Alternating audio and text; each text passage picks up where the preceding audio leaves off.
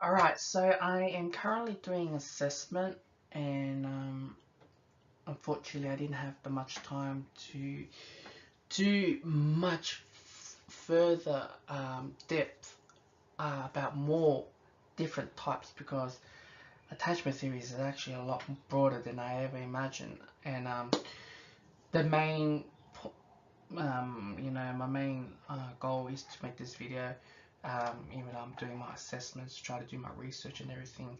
And some across with this book, which later on I'll link down below, which talks more about how it impacts your stages from being an infant to going through childhood and then adolescent and then journey go to adult and then you know pretty much understand more details about your physical, your emotional, your mental well-being, and your relationship, romantic. This is very much, very important to understand better about yourself, allocate your attachment. Now, I can't really break down too much about attachment because, like I said, I'm still studying about it, and I have to self-learn, self-taught about this sort of theories through based on adulthood, and we'll see how things go. So down below. But first things first, let's go to find out the theories and those founders as well. So this is not my opinion. So just to let you guys know. So John Bowlby in the middle, who's the founder of the pretty much the with the attachment theory, and later when he passed away, then or one of his workers or students steps in, Mary, and one of her students and colleagues after that, more updated with the Mary May. Now Mary May will be more focused on this video, whereas John Bowlby I will kind of explain to you a bit of context. Now Hello's the monkeys. Now basically John Bowlby began to do these attachment theories based on monkey, pretty much distance away with the mother, and as well just do a bit of like experimental on the monkeys based on loving and care, or distance or not loving, and see how the monkey turns out to be when it grows up, or what sort of impact it creates. Now obviously one of the most important on that video is basically having a steel mesh mother, and as well a clothing mother, and which monkey would prefer to, um, which getting comfort and warmth. And this is going deep. Now I know this video I might not explain everything very well, but I think you should revisit my video or other contents as well regards to this, because I don't want to end up this video to be 2 hours or 1 hour and a half and you guys weren't even watching. I don't know how long this video is going to last, but I'll definitely try to elaborate in my life circumstance towards the end of the video. So yeah. So yeah. So Mary May classified for the attachments, and it's right in front of you. If you need to pause, you can pause right now. So, but this is basically based on child, infant, and obviously secure. I have a bit of brief breaking down. Secure is obviously having most of the attention with your parents, attend to your needs and everything. Insecure and avoidance is pretty much your parents doesn't really care, doesn't respond too much.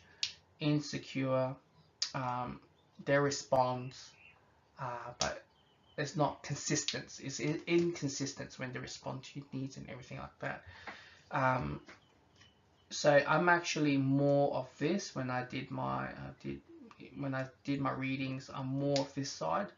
Secure is very perfect family. So basically, to be up to this stage, primary carer or mother attend to their needs, react immediately, everything responsive. And how is this going to impact your dating life towards the end? And that's pretty much, I have a bit of brief context. I'm pretty sure you're right now in this video stage, so which is great. Avoidance, like I said, doesn't attend to the need. This is scary. And then you got this one, carer. You know, this just even way worse. This is pretty much like parents who are under drug or neglect or abusive. That's when it comes in. What's the impact throughout the human development? So this is the most ideal one at the moment. Everyone's most ideal, of course, being a primary carer. You want the best of your kid, you want the best of the best, attend to the needs and everything. And I guess when times are going tough, or maybe one of the main reasons why I wanted to make this video is because of I guess when you're in childcare and you know, you most likely to be around here and or here because you're inconsistent all the time or unresponsive, uncared, because you have one child care worker work amongst of 20 or 30 kids, and it's hard to meet everyone's needs. And how will this go? And as well as state steps in for education roles, and you know, we'll have to go to primary schools, high school, pre-kinder, kindergarten. We are more distance away from parents, and well, that's one aspect. But also, what is your birth aspect? Does your parents is a dual income or single income? If it's a single income, I'm just saying based on both parents live together, single income, and how the parents respond. Are they secure? And these four, they'll be out of everything. These four, whether you're single, obviously single parenting will be very struggle to get into the secure stage. Unlikely, most likely be around here and here, or perhaps even here. I can't generalize everything, but I'm trying to give you the image behind what's it like. I'm trying to get you all the way back to when your childhood. Maybe you can speak with your mom about it, or your parents about it. What will your childhood be like? Or maybe you can't. And this is when it comes to Mary Main, very, very incredible. Now I know why the hell am I putting this out?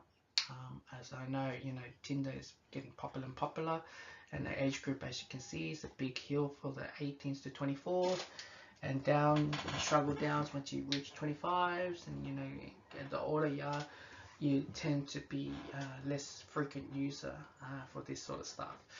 Now, the reason why I'm mentioning about this, just to have a better sense of idea, whether that I personally, I never got on any luck on Tinder or anything like that.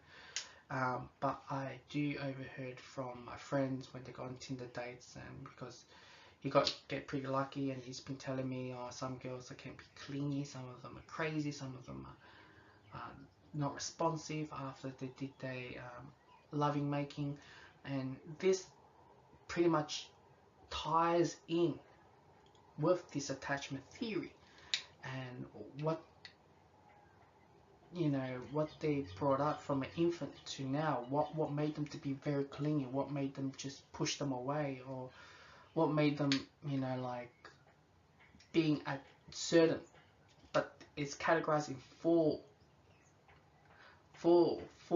types of attachment. Now, four types of attachment, as I show you guys before, up in above. Not everyone is a fixation with one chart. Some of them can be, you know, with different four stages, like, you know, four of the attachment. You have a bit of a small element here, small element there, small element there, and of course, obviously you have one that represents who you are and why you're like this. And this topic is very complicated for you to understand, but I try my best as I can to have a better sense of idea, and that's why I'm using this Tinder thing to show you guys. You know, at 18 and 24, you're young, you just, you know, you want to have fun, you're just swiping right. But as my friends have been telling me, you know, the girls that he's been with, they're, you know, they're very different. You know, some of them clingy, some of them are not, and maybe yourself, maybe you are one of them. You know, what I mentioned to you guys, or there's a couple more, and I can't say for everything. But like I said, I haven't really fully processed this entire book, because I only focus on one of the aspect, because it's related to me, and it's well related on the scenario of my assessment of my university. So that's why I'm trying to make this video much as I can. Now that's the book. Here's the information. If you want to pause it, if you want to purchase it, I reckon it's a brilliant book. Once you acknowledge, this book, it's unfortunate. I understand a lot because I went through studies and everything, but I think this book is very incredible just to go through stages and stages. It's highly recommended if you want to just to understand a bit more, or borrow this book from the library or nearby library or whatever. Just go quick read.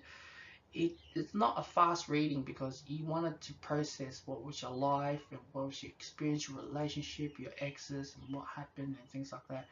Pretty much, we'll kind of have an assessment tool, pretty much going through. Now, this is where it becomes. I know this might look like a pretty shocking graph, but just to let you know, the 4 stages are here. Now, I'm pretty sure they have different namings. From different graph of different countries, they have different naming, but they're pretty much essentially the same thing. And as you can tell, the graph here is pretty much like you're doing your mathematics. If you're here, then you're high avoidance and as well high anxiety. But if you're down here, I'm only got a, I'm not sure which one am I around here. I think preoccupied. I think preoccupied. That's where I'm sitting on, and as well my scenario. So yeah, I'm actually going through vicarious trauma and as well, MKO, more knowledge. It's based on I think Vygotsky's. Now, obviously, this is the ideal place for the human development to be in, to be successful without much problems and future complications as well. So you kind of understand what I'm trying to say. So if when you read this book or watch other videos about attachment theories, attachment types, you don't have to type in Mary Maid. It's very, very tricky. Like you have to go for a lot of Google searches to find out who you are. Alright, so now here it is, another chart of doing that. This is most likely secure, happy, quick, sensitive, like this is more um, talking about. Like I said, I'll be talking about this because I got information on that. Avoidance, as I say, this is what's like. Like I said before, this is the best of the best of the human development. What is the best parenting to be? It will be this stage. Now, to be selecting your partner, regardless what's their physical appearance or their charm or how you guys link to each other, based on these theories, it's best for a person to be in a relationship or get married with the same attachment style. Now, for example, if you're secure, it's best for you to get in a relationship with secure because you're familiar and it clicks in with your environment. But if you're if your environment is completely different, let's for example, if you're disorganized and you dated with this one, is completely different, and if you date with that one, it's completely different, and if you date that one, it's completely different. And I'm pretty sure I don't know what was the Justin Bieber song it was playing. I think it was You Call Me When You Make Love. There's a new one. It's like, you only call me, you only make out. To deal with problems, you only have sexual intercourse when you deal with the problems. Gosh, I forgot what's the song called. Is it Sorry? It won't be Sorry.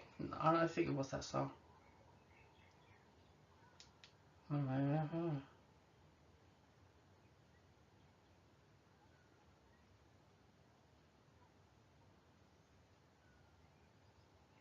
If you think that I'm enough, you should know because yourself. So the new album Justin Bieber was kind of talking about the relationship, how it's going, and it's kind of tying a lot about this sort of topic around here. And Sorry, gosh, I don't know what the song name titles, but I'm pretty sure you guys know, or I was just mumble about. Ba ba ba ba ba ba ba ba ba. And a couple of the songs just kind of mention about the relationship problems. You always want to make out, fight and make out, and things like that just to solve the problem. And I'm pretty sure you kind of understand what I'm trying to say. But let's move.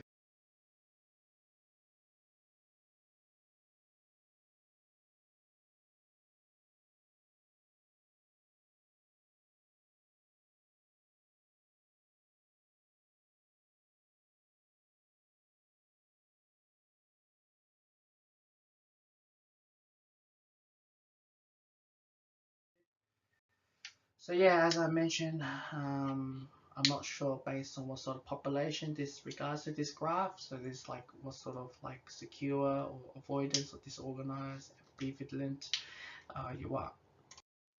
So yeah. So these are the I know this is very inappropriate for me to even click on this slide because I got my notes here as I'm gonna go up and go down. Okay, so these are the top 13 destinations for top sex tourism. Now I know I said that, and why am I including this? And you know, like here's are the ones is for the for men to go to, and here's is the females to go to for find it as sex tourism and everything like that. But what you hear, I hear a lot more often, those who go to overseas and marry it, like a foreigner married to a different culture straight away. They click together and things like that, or they find they love their life, which is great. But some of them have been saying, oh, maybe they're just doing it just for not for love, they're just doing it just for visa or sector or money or things like that. Well, I don't have that link on me, but why did I put it, why did I put differently from them two is because I know, these are like pretty much like the first world countries, and over there they're like third world countries and they have different needs, right? If you're on the first world countries, I'm not sure, I can't generalize, but what the purpose of doing the sexual tourism, what they did. I know Amsterdam is coming from a lot of multicultural countries, going there and do their business. A lot of the European and Middle East, and Turkish as well, Spain as well, but Japan, I wasn't sure about Japan, but because Japan is a monoculture. But let's focus on the up there, the third world countries. Now those who I'm pretty sure you guys will find attractive, or foreign countries, especially. There's very different between first world country and the third world country. If you go on a date, I know, I'm sorry, I'm generalizing in this point, but I just have to put it out. I'm sorry. Um, I do hear like stories like when I was in Thailand. I was in a pub and there was a group right next to me and sound familiar because they're from Australia and I'm Australian, and say how's it going, how everything. Next minute he's been telling me he's going to get married next week with this Thai woman.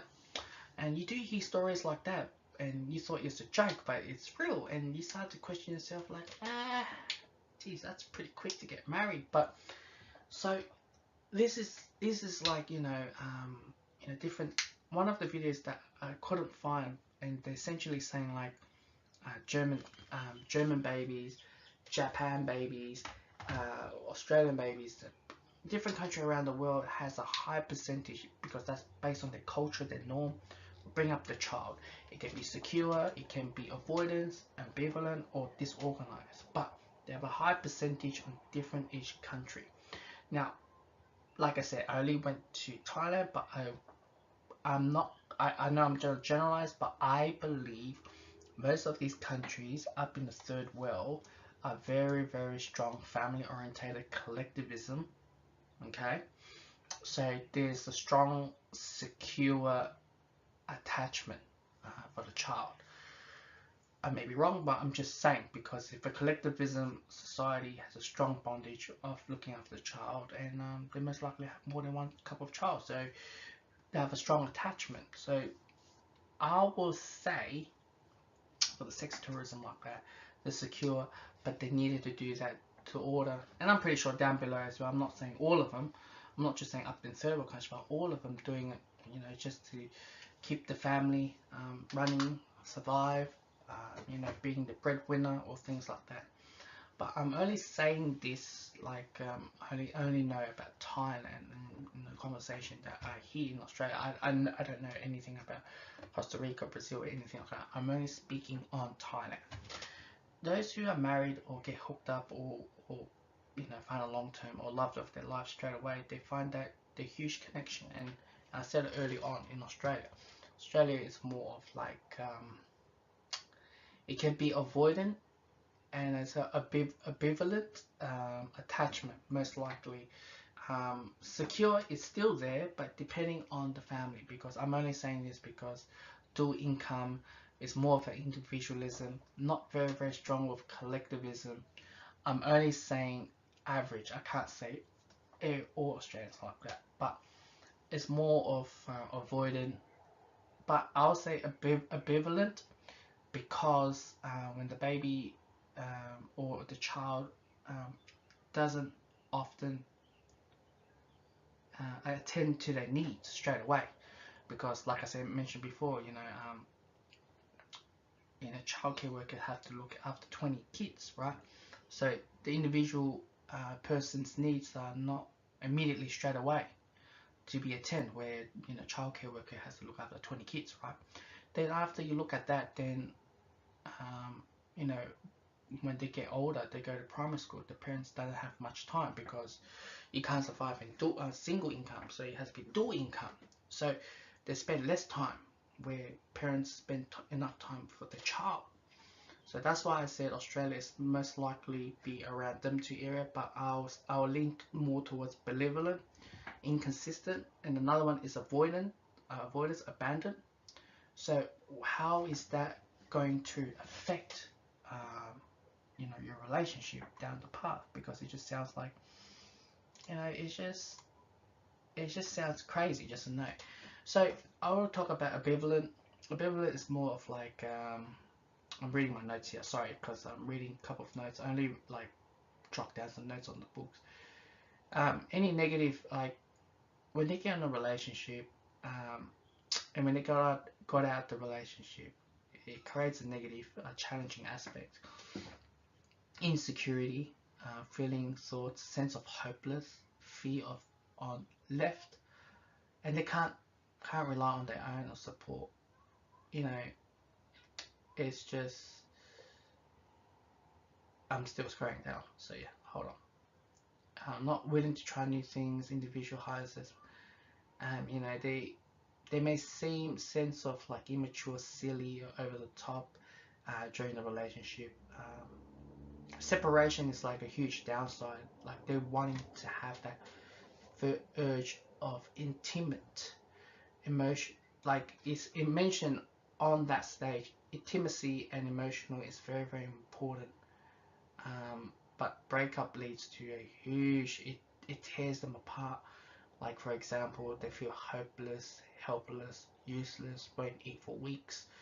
Even support doesn't do much. But for them, um, they are craving. Sex creates ways increase the cravingness of closeness and intimacy. Cuddles and kisses is more safe. Um, Growing more through the phone. You know, on their messages, they keep saying, "I love you. I can't live without you." And separation from their lovers will cause chaos. Now I know I'm repeating. Sorry, I'm just going through all my side notes. Giving more, nothing. Like they tend out to give more, but the opposite side of relationship doesn't give much. This group most likely,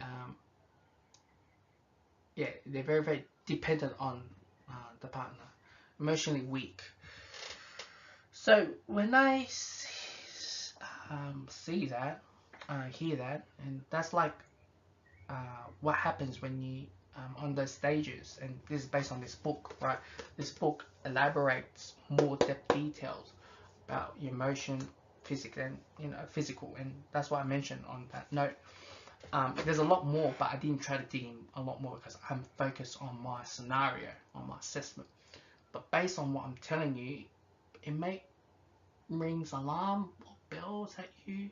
Maybe you have, or maybe yourself is like that when you're in a relationship. But when I first look at that situation, and I'm afraid of going into a relationship because I don't trust myself, and it kind of makes sense now because the only relationship I ever had, her name is Leah, and I only dated for 1 month, and after that breakup, I couldn't get over her for 2 years, and my friends was laughing at me. Everyone would laugh at me, I never make love with her. Just we kiss, but I wanting to have that intimate.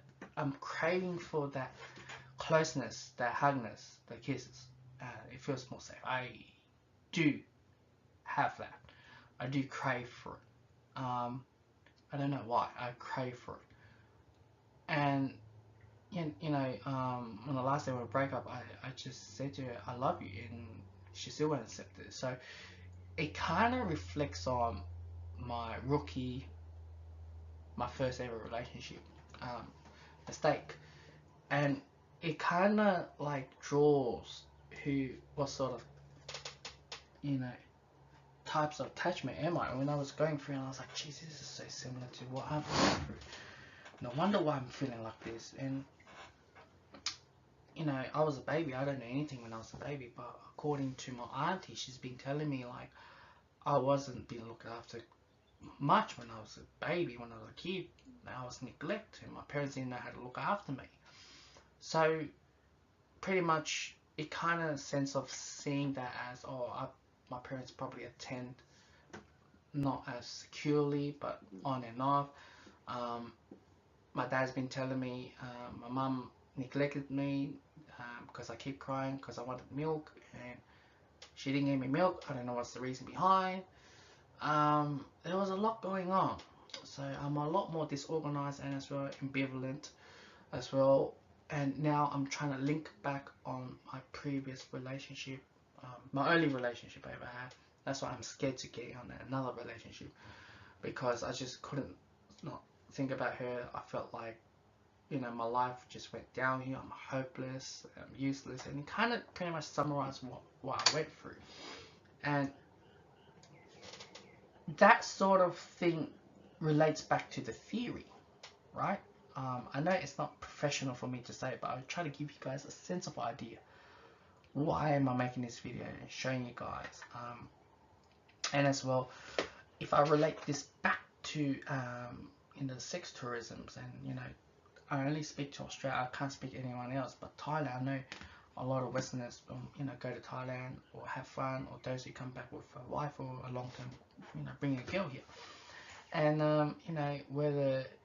what I've realized,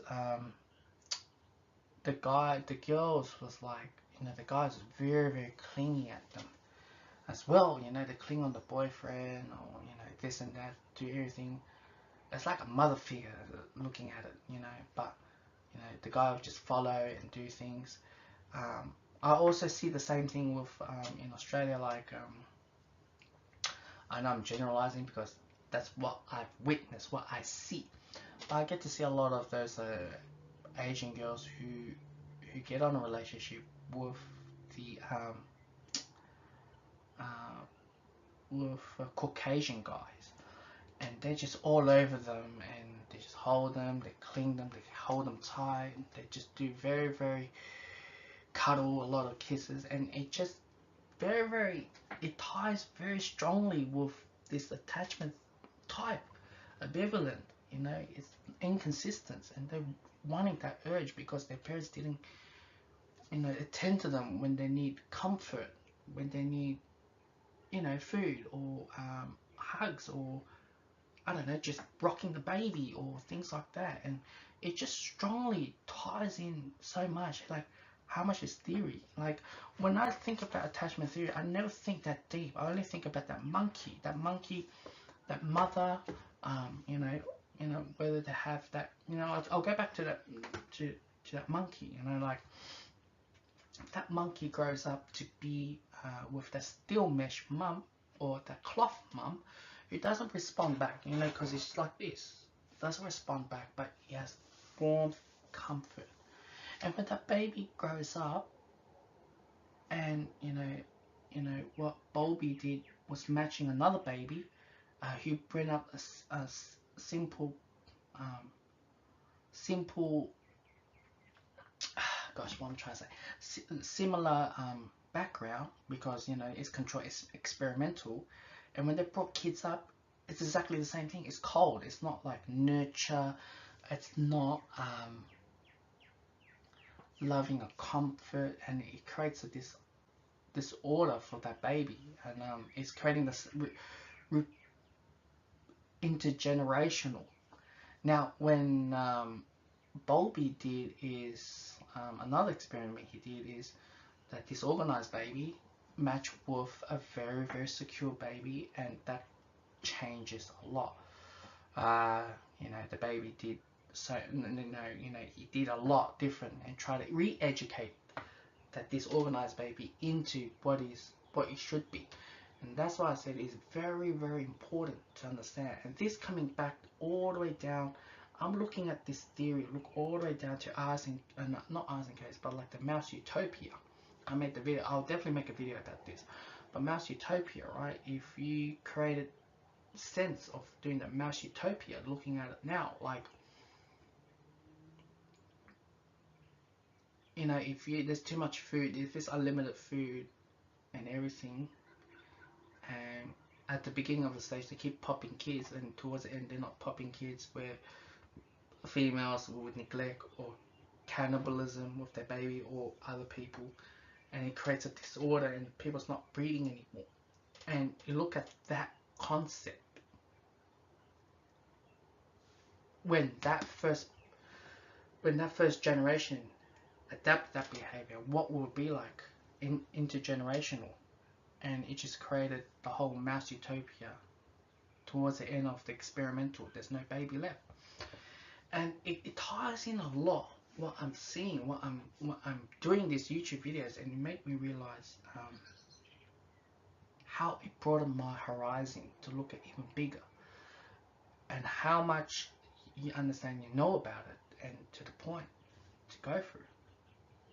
And I think you guys, I know I'm going very, very deep, but I think you guys kind of understand what I'm trying to say about, romantic relationship, sexual behavior, physical, mental health.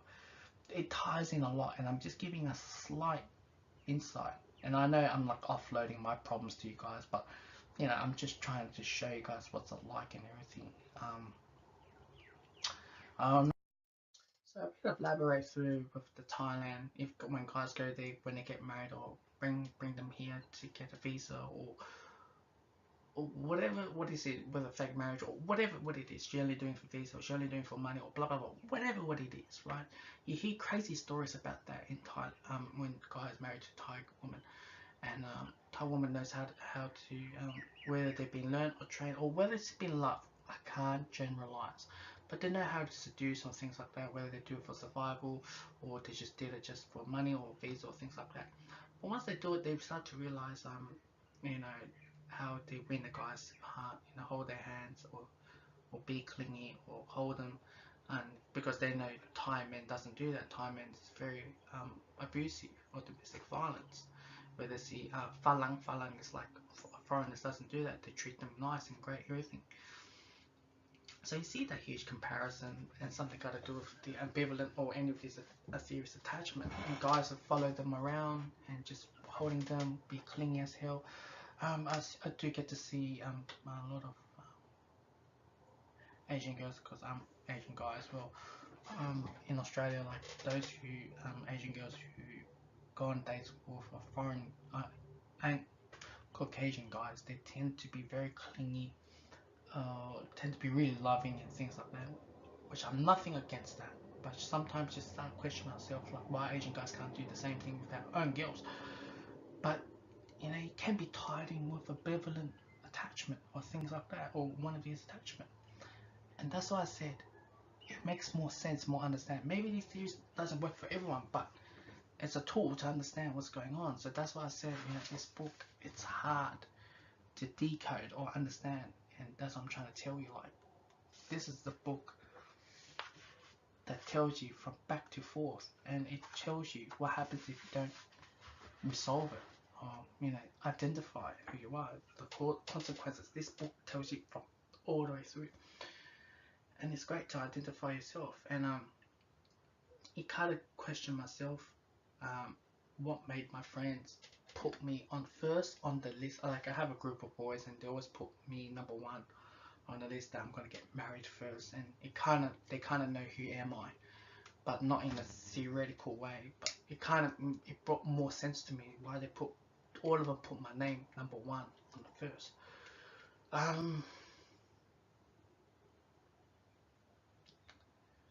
You know, looking at it now, I kind of understand who should I look out for. And I'm always been afraid of wanting to date after that 1 month relationship with that girl. I went totally bizarre, and I'm still afraid to go in a relationship, don't get me wrong. The intimacy, isolation, the 6th stage of Erik Erikson's stage, human development, where I'm supposed to be the stage of where you're getting intimacy and as well, or being isolation, and I'm falling into isolation route. There's a lot of theories to go through, but I'll just stick to this one, just let you guys know how much, like, to understand yourself, not fully, but to a degree, because everyone's different, and this sort of stuff, only professional can identify who you are. Even the website saying do not try this at home or things like that, but have a better sense of who you are. But yeah, not everyone brought up to be secure. That's life, I guess. Well, that's the video of the day. I hope you guys kind of get what I'm saying. I can't say you fully understand, but kind of get what I'm saying. Try to, you know, understand who you are better. I remember when my friend told me, who am I? And I couldn't answer that. And I knew there's something missing. Friends say, oh, I'm funny, I'm quirky, I'm hardworking, blah, blah, blah. But deep down I know something is missing. And this attachment, kind of understand, or, you know, being a childhood, you know, I don't know if I said this, but I'll say it again. But like, you know, understand, like, you know, I was neglected when I was a baby. My parents didn't know how to raise me. Mum didn't know. I was keep on crying. My auntie's been telling me my parents didn't look after me, didn't tend to my needs. So to better understand who you are, it's great if you understand, if you speak to your parents about it. If not, maybe not. I'm not saying it's great, but these therapists will dig in. They have this assessment tool they call adult attachment. I don't know, some assessment. They assess everything through, but this is just an introduction of understanding who you are. And if it does impact your relationship, well, I'm sorry to say that, but I guess not everyone's perfect. Or finding the love of your life, or maybe the love of your life doesn't accept you. And it draws a huge line and barriers, and, you know, this book kind of just, you know, goes through, you know, what's it like if you don't solve it, or you don't identify what is the impact through your older adulthood. So comments down below. I know I try to make this video as short as I can, but I can't. I've realized, you know, it's not the shortest I can do. But what is your what have you identified yourself? What is your attachment? Or maybe what do you think your attachment? Comment below. Does it surprise you? Or maybe does it sound similar to me? Maybe I'm just stupid for saying that, but yeah.